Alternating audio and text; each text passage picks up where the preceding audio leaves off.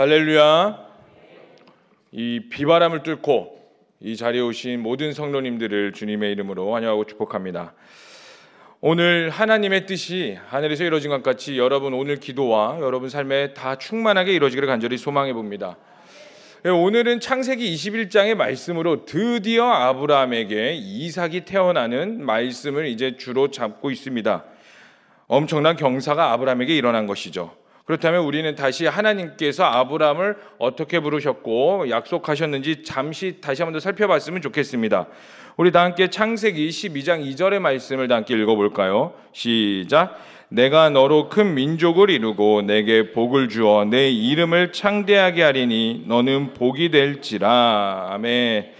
이렇게 하나님은 그 당시 최고의 문명이었던 갈대아와 우르에서, 그 당시에 갈대아 우르는 인류에서 가장 최고의 문명지였습니다. 이미 언어를 사용하였으며 국가적인 행정적인 조직이 있었어요. 그에 반해 아브라함이 그 갈대아 우르를 지나서 가나안 땅으로 간 곳은 아무것도 없었으며 아브는 그저 그냥 족장 사회였던, 문명이 퇴보되는 곳으로 하나님께서 아브라함을 부르셨던 것이죠.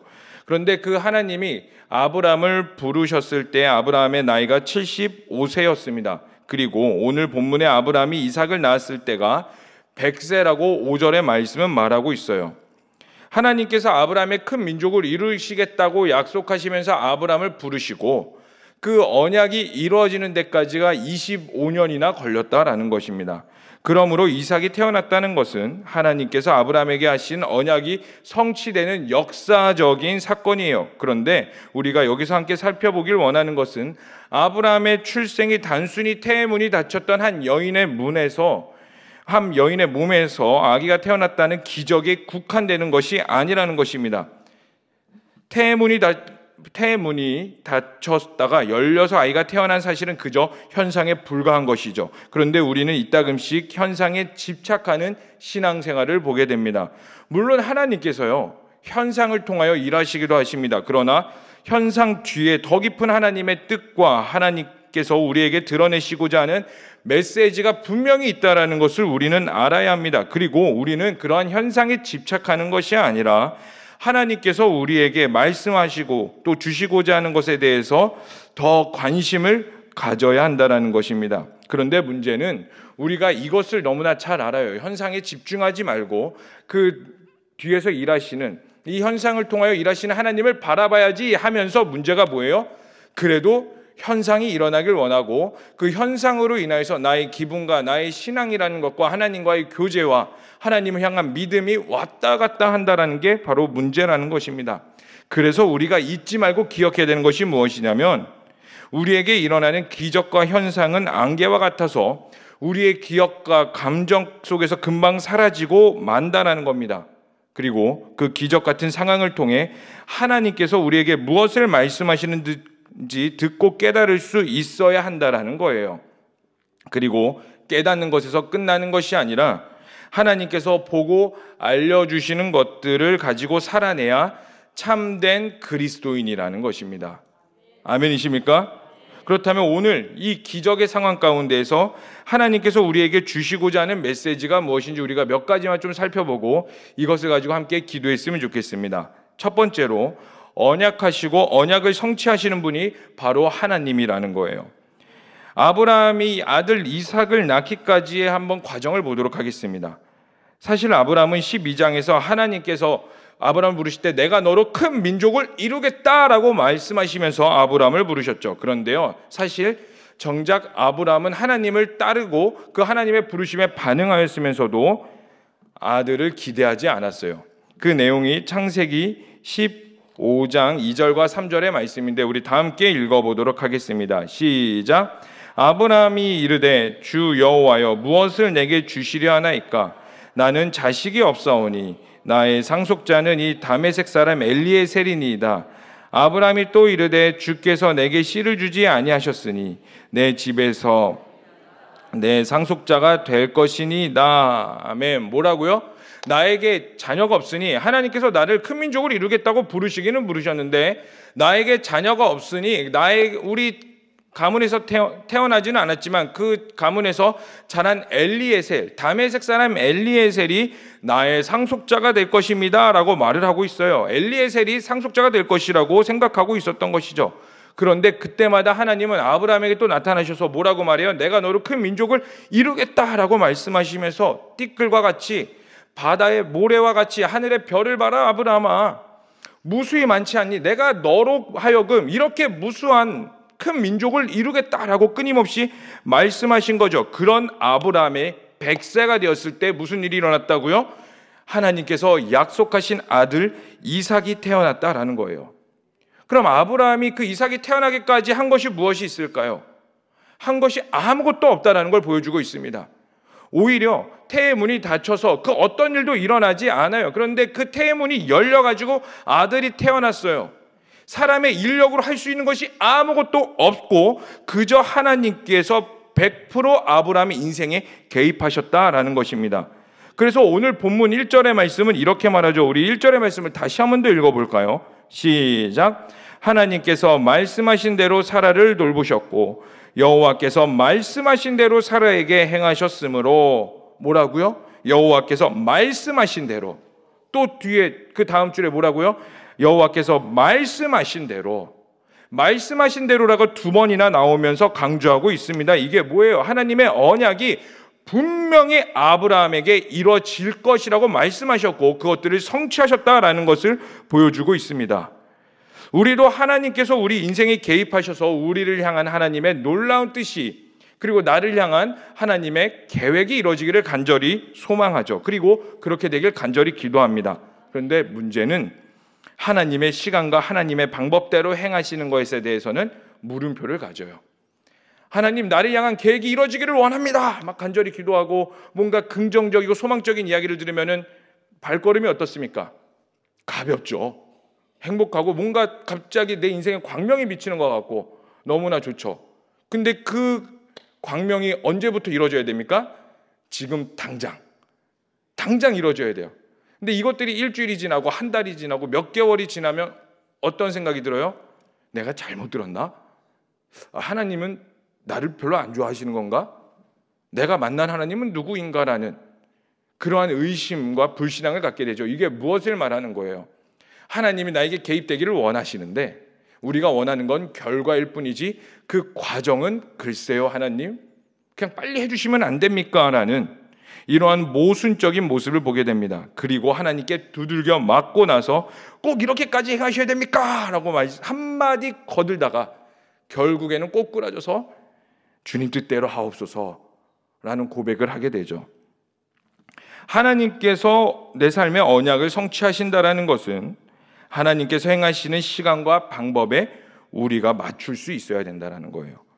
그런데 만약에 그렇지 못하면 어떻게 될까요? 나도 모르게 하나님을 대적하는 자가 됩니다. 가장 대표적인 자들이 바로 바리새인들이 될 수 있어요. 예수님께서 바리새인들을 질책하셔가지고 우리도 바리새인들을 무시합니다. 여러분, 그런데요, 인간적으로 보죠, 바리새인들 무시당할 수 있는 자들이 아니에요. 감히 우리가 바리새인들의 그들의 행동과 경건하기를 갈망하는 것들 따라갈 수 없습니다. 우리 신앙생활에서 바리새인들이 행하는 것의 10분의 1만 행하더라도 경건한 그리스도인이라고 칭함을 받게 될 것이에요. 근데 이들의 문제가 뭐예요? 하나님을 자기의 방법대로 따라갔다라는 것입니다. 그들이 자기를 구원해 줄 메시아를 그토록 찾았음에도 불구하고 메시아를 앞에다 두고도 진짜 메시아이신 예수 그리스도를 알아보지 못하고 어떻게 했어요?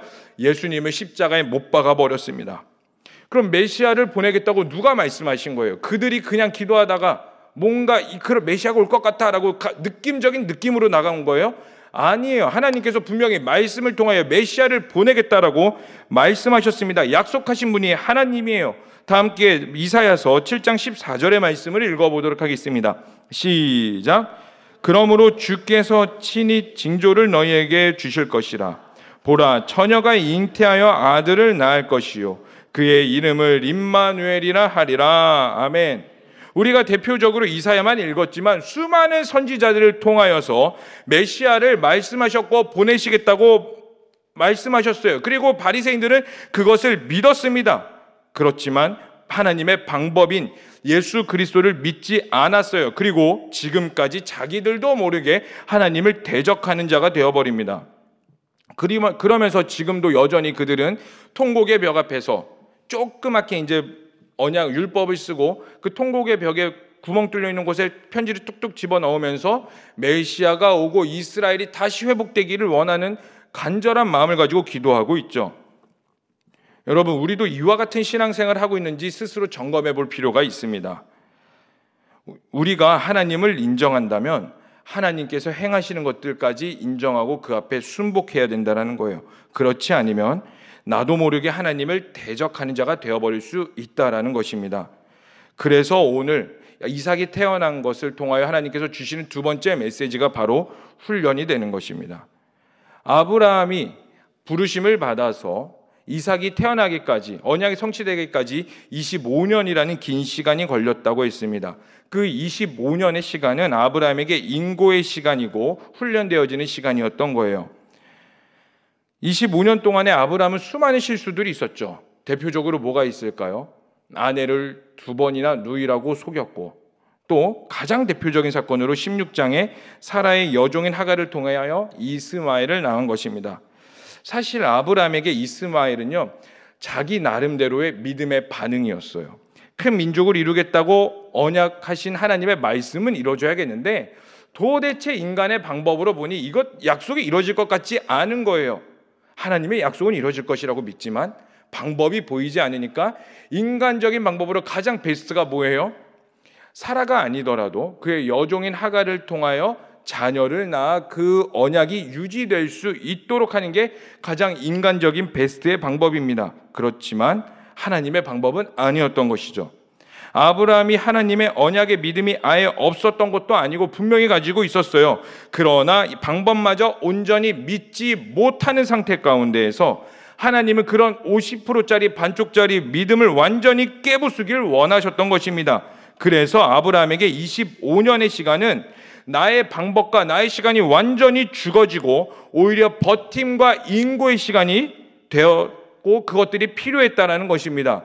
그래서 로마서 5장 3절과 4절은 이렇게 말하고 있습니다. 우리 다 함께 읽어보도록 하겠습니다. 시작. 다만 이뿐 아니라 우리가 환난 중에도 즐거워하나니 이는 환난은 인내를, 인내는 연단을, 연단은 소망을 이루는 줄 알미로다. 아멘. 아브라함에게 있는 환난과 인내의 연단이 결국 이삭이라는 소망을 보게 하셨다라는 거예요. 그러므로 우리에게 내가 완전히 죽어지는 시간이 우리에게도 동일하게 필요하다는 겁니다. 하나님을 향한 언약과 놀라운 계획이 있으십니까? 그 계획이 크면 클수록 우리에게 비례되어서 무엇이 필요하느냐? 훈련되어지는 시간이 필요해요. 그 훈련되어지는 시간은 나의 성품적인 성품이 그 발전하는 것도 있고 성장하는 것도 있지만 더 중요한 게 무엇이냐면 나의 시간이 완전히 죽어지고 하나님의 시간이 드러나는 것. 나의 이름이 완전히 죽어지고 하나님의 방법이 일어나서 하나님께서 언약하시고 계획하신 것이 나의 삶에 100% 순수하게 일어나는, 그게 바로 훈련의 시간인 겁니다. 만약에 그 훈련의 시간 없이 하나님의 방법이 나에게 갑자기 일어나면 우리 어떻게 될까요? 여러분들은 어떻게 됐고 저는 어떻게 됐을 것 같습니까? 적어도 우리는 이 자리에 있지 않을 거예요. 왜요? 기도하는 대로 족족 이루어지니까 내가 필요할 때만 나오면 되는 거거든요. 더 중요한 게 뭔지 아세요? 그렇게 되지 않으면요, 우리는 하나님에 대해 관심이 없게 됩니다. 하나님에 대해 별로 알고 싶어 하지 않아요. 왜요? 나에게 중요한 건 현상이니까. 나에게 중요한 건 지금 당장 이루어지고 지금 당장 나의 필요를 채워주시는 하나님이 필요한 것이지 하나님 자체에 대해서 관심이 없기 때문입니다. 아브라함에게도 마찬가지였죠. 아브라함이 인고의 시간 25년 동안에 가장 무엇을 배웠는지 아십니까? 이삭이 태어나는 거요? 아니요. 내일 21장을 보면서 알겠지만 하나님께서 이삭을 바치라고 했을 때 아브라함은 기꺼이 바쳤습니다. 그게 무엇을 증명하는 줄 아세요? 이 25년 동안 아브라함은 인고의 시간 동안 하나님에 대해서 알게 되었다라는 거예요. 그래서 내 비전이고 나의 모든 것인 이삭을 바치라고 했을 때 기꺼이 아브라함은 바칠 수 있었던 것이고, 내가 이삭을 바치더라도 내가 믿는 하나님, 내가 신뢰하는 하나님은 그 이후의 일을 또 계획하실 것이다 라는 확고한 믿음이 있었다라는 겁니다. 여러분, 우리의 진짜 믿음은 어디서 태어나는 줄 아세요? 하나님이 누구인지 알 때 알게 됩니다. 그럼 여러분들에게 한번 물어보겠습니다. 여러분들의 하나님은 어떠한 하나님입니까? 여러분들이 교제하고 계시는 하나님은 어떠한 하나님이세요? 그저 말씀만 읽고 기도 많이 함으로써 내가 하나님께 그냥 나의 의와 나의 율법적인 행동으로서 많이 채워나갔습니다. 그거 말고요. 여러분들이 그만큼 많이 말씀을 읽으시고 많이 기도하시면서 많이 교제를 쌓아갔던 하나님은 과연 어떠한 하나님이십니까? 여러분, 우리에게 인고의 시간이 필요한 이유는 그 시간 가운데 내가 성숙해지는 거요. 네, 그것도 중요하지만 진짜 갈망해야 되는 건 하나님이 누군지 아는 것입니다. 그리고 여러분들이 인고의 시간이 있다면 여러분들은 기도 제목을 바꾸셔서 무엇을 위해 기도해야 되냐면 이 시간 동안 하나님이 누군지 온전히 알려달라는, 내가 깨어지고 하나님 자체에 대해서 온전히 갈망하는 그 소망이 여러분 가운데 있으셔야 한다는 거예요. 시편 23편에 주의 이러한 고백이 있습니다. 읽지는 저희가 말씀을 준비하지 않았는데 이런 유명한 구절이 있죠. 주의 지팡이와 막대기가 나를 안위하시나이다. 아멘. 여기서 그 안위, 나를 보호하신다는 뜻이 히브리어 원어로 나함이라고 합니다. 근데 이 나함이라는 뜻이 또 다른 의미를 가지고 있는데 어떤 의미를 가지고 있냐면 나의 감정과 나의 생각을 변화시키다라는 뜻을 가지고 있어요. 주의 지팡이와 막대기가 나를 평안케 하신다라는 건 그저 나를 보호하시는 게 아니라 하나님께서 나의 생각과 나의 뜻과 나의 감정을 돌이켜서 하나님께로 온전히 알게 하신다라는 거예요. 그럴 때에 비로소 내가 평안하다라는 걸 말해주고 있는 겁니다. 사랑하는 성도님들, 평안하시길 바랍니다. 그러므로 그 버티는 시간을 기다리시길 바랍니다. 그 하나님 앞에 버티게 될 때에 우리는 하나님의 사람으로 변화될 것이고 그 변화된 가운데 우리는 무엇을 보게 되냐면 하나님의 언약을 보게 된다는 거예요. 그렇다면 마지막으로 이삭이 태어나는 이야기를 통해 하나님께서 우리에게 주시고자 하는 세 번째 메시지는 한번 따라해 볼까요? 한번 잘못 부려진 실수는 대가를 치른다. 세 번째로 주는 메시지가 바로 한번 잘못 부려진 실수는 대가를 치른다라는 것입니다. 창세기 21장에서 이삭이 태어나서 좋은 소식만이 있었던 것은 아니에요. 8절부터 보시면 하갈과 사라와 또 이삭과 이스마엘의 갈등이 시작되는데 우리 다 함께 9절과 11절의 말씀, 9절에서 11절의 말씀을 읽어보겠습니다. 시작. 사라가 본즉 아브라함이 아들 애굽 여인 하갈의 아들이 이삭을 놀리는지라 그가 아브라함에게 이르되 이 여종과 그 아들을 내쫓으라. 이 종의 아들은 내 아들 이삭과 함께 기업을 얻지 못함으로 아브라함이 그의 아들로 말미암아 그 일에 매우 근심이 되었더니. 아멘. 뭐라고요? 이로 인해서 아브라함, 이삭과 이스마엘의 갈등과 하갈과 사라가 갈등이 일어나서 이 이스마엘과 하갈을 내쫓으라고 말하고 있습니다. 그러므로 아브라함이 사랑하는 또 다른 아들 이스마엘이 내쫓김을 당하는 상황을 보게 되죠. 그리고 그 쫓겨난 이스마엘과 하갈에게 하나님께서 이렇게 말씀하시는데 우리 다 함께 17절 18절의 말씀 또한 읽어보도록 하겠습니다. 시작. 하나님이 그 어린아이의 소리를 들으셨으므로 하나님의 사자가 하늘에서부터 하갈을 불러 이르시되 하갈아 무슨 일이냐 두려워하지 말라. 하나님이 저기 있는 아이의 소리를 들으셨나니 일어나 아이를 일으켜 내 손으로 붙들라. 그가 큰 민족을 이루게 하리라 하시니라. 아멘. 하나님께서 이제 이스마엘을 향한 또 다른 계획을 세우시겠다고 말씀하십니다. 그리고 그 큰 이스마엘을 통하여 이루어진 그 민족이 바로 오늘날 중동 무슬림들이라는 거예요. 하나님께서 아브라함을 향한 계획 가운데 있었지만 그 불순종으로 하여금 이스마엘이 태어났고 그에 대한 대가 지불을 아브라함이 또 치르게 되고 그 대가는 오늘날까지 전쟁과 또 종교 전쟁으로 이렇게 우리 가운데 일어나는 것들을 보게 됩니다. 우리도 마찬가지예요. 우리는 하나님의 언약 가운데 살고 있고 그 언약의 주인은 바로 하나님이십니다. 아멘이세요? 이걸 인정하십니까? 그렇다면 그 언약의 인생 가운데 우리는 죄를 멀리해야 된다는 겁니다.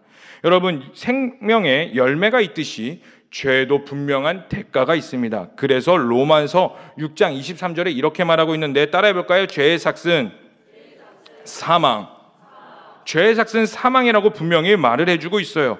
우리도 오늘 지금 하나님이 아닌 죄를 선택하면 아무리 지금 믿음 생활이 풍성해 보이고 또 잘하고 언약의 삶을 사는 것처럼 보여도 언젠가 하나님의 언약이 아닌 죄의 값인 사망과 그거에 대한 합당한 열매가 우리 가운데 대가로 분명히 치르게 된다는 겁니다.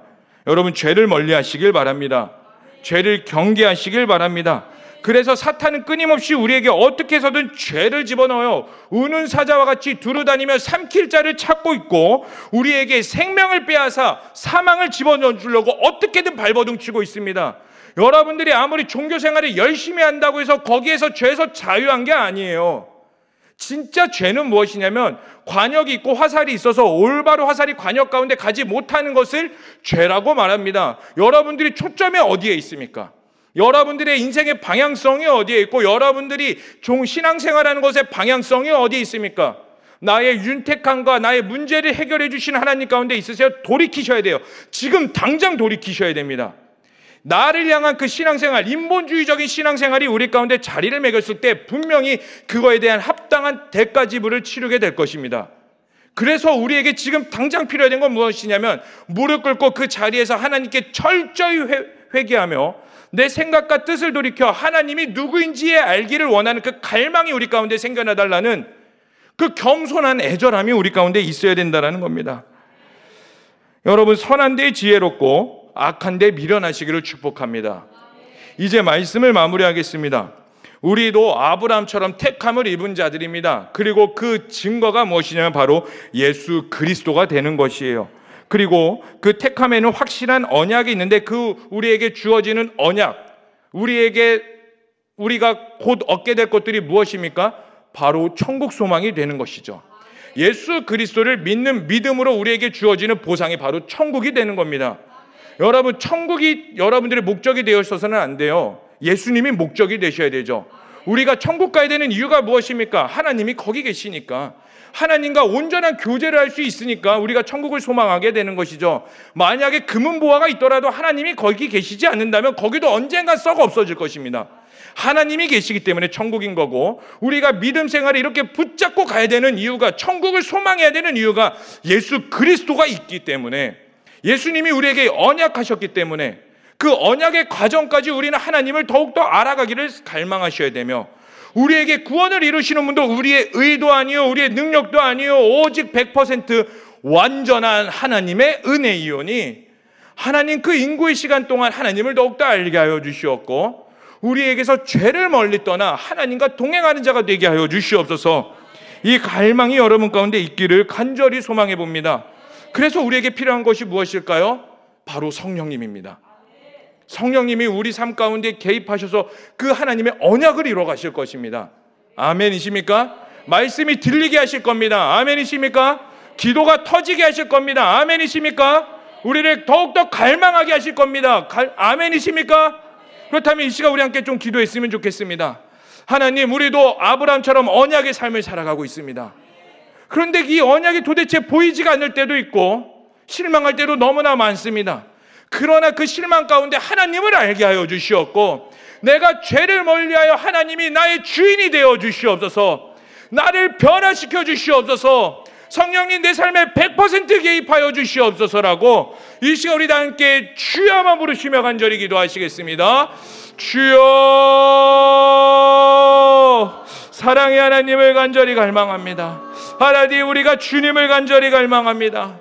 하나님, 아브라함에게 언약으로 이삭을 약속하셨고 25년 만에 이삭이 태어났습니다. 그러나 그 인고의 시간 가운데 아브라함은 하나님을 알아가셨듯이 하나님, 나의 삶을 향한, 나를 향한 하나님의 놀라운 계획과 뜻이 있는 줄로 믿습니다. 그것들이 이루어지기까지 그 인고의 시간 동안에 하나님을 알게 하여 주시옵소서.